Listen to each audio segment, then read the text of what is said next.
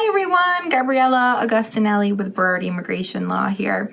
And today we're going to be talking about vaccine waivers for permanent residency applications. So anytime somebody is applying for a green card in the United States or an immigrant visa outside the United States, we have to have that person attend a medical exam and to show the authorized physician that they in fact have received all of the required vaccinations per Centers for Disease Control guidelines. These are your measles, mumps, rubella, pertussis, chickenpox, all of that stuff. During the flu season, you have to have the flu shot. And as you can imagine, now in December 2021, we are also required to have 2 doses of the COVID-19 vaccine. We get questions time to time, especially lately, from individuals who are looking to pursue permanent residence of, do I really need to get the COVID-19 vaccine? And do I have to get any of these vaccines? And there are waivers that are available, and that's what we're going to discuss in a little bit of detail now.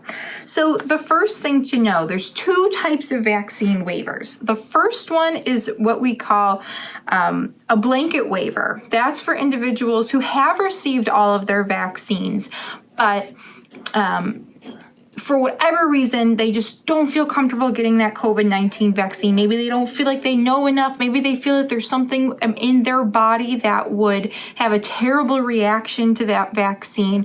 What do those folks do? Well, when they go to their medical exam, the civil surgeon will tell them, the doctor who's authorized to perform this exam, will look at their medical records, look at paperwork from this person's internist and say, well, is there any grounds to believe that there would be some kind of contraindication that this person would experience if they did get the vaccine? Or put it another way, would it not be medically appropriate for this person to get this vaccine? The other exception that they will look at is whether it's not age appropriate. And it's our understanding that as of today, the government's position on what age needs to receive the vaccine is whether or not that particular vaccine has been cleared for a particular age range. And if it has been cleared for a particular age range, then that person of that age is required to get the vaccine. But anyone below that age range is not.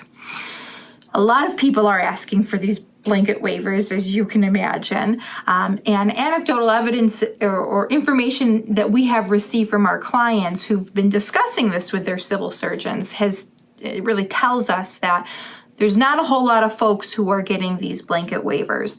And these blanket waivers are not issued based on a religious or moral exception that someone takes to getting the vaccine. So that's one kind. The other kind is the type of waiver that has been around forever. And we call this an I-601 because that's the form request it corresponds to, where somebody has to show that they are morally or religiously opposed to vaccines in all kinds. This is a sincerely held belief that they have. And this is something we see most commonly in individuals who are part of a religion that say absolutely not, we don't receive any vaccines ever. Or perhaps it's for an individual who had a terrible drug reaction in the past, and since this happened they said, nope, my body's a temple, I'm not putting anything in my body, no pharmaceuticals for me, I'm done. And this has become part of the foundation of who I am. It's part of my beliefs, and there's no question I am not going to receive my vaccines.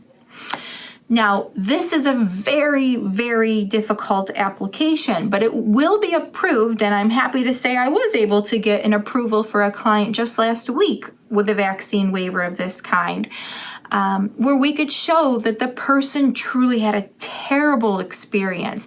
The strength of like anything in immigration, the strength of your documentation and evidence is going to be the determining factor of whether or not the petition is going to be approved. So in this case, I had a client who was able to show many affidavits from family and friends discussing how how her faith plays an integral role in how she treats her body. And a letter in medical records from her doctor showing that in years past she had an awful drug reaction that rendered her in a very poor situation medically. And as a result, she has declined to receive any kind of vaccine or pharmaceutical since that time. Now, taken together, that evidence really gives the officer, the adjudicating officer, confidence that, yeah, this person, this is not a political statement. This is not something that she's just trying to be difficult or whatever. This person truly believes in her heart of hearts that this is not right for her. So glad to say that was approved. But again, the bar is very high for these cases. And as attorneys, we are very discerning with these cases and whether we are willing to take them when they come to us. So that's the most important up-to-date information on vaccine waivers. If you have any other questions, please don't hesitate to contact me. We would be happy to help you. Thank you for watching our video. We hope you found it helpful. We'd love if you would like our video and if you would subscribe to our YouTube channel. And don't forget, hit that notification button so you never miss another video from Berardi Immigration Law. Thanks for watching, and we'll see you soon.